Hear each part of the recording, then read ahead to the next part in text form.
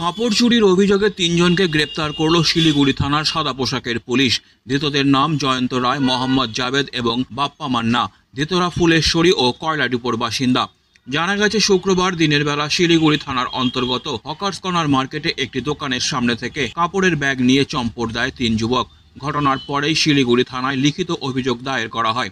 সেই অভিযোগের ভিত্তিতে তদন্তে নেমে গতকাল রাতে বর্ধমান রোডের ফ্লাইওভারের নিচ থেকে তিনজনকে গ্রেপ্তার করে পুলিশ। ধৃতদের কাছ থেকে চুরি যাওয়া কাপড়ের ব্যাগ উদ্ধার হয়। সেই ব্যাগে 30টি জ্যাকেট এবং 6টি শার্ট ছিল। পুলিশ সূত্রে খবর, ধৃতরা পুরনো অপরাধী। সামনেই রয়েছে পুজো, যে কারণে মার্কেটের ব্যবসায়ী নতুন কাপড়ের অর্ডার দিয়েছে।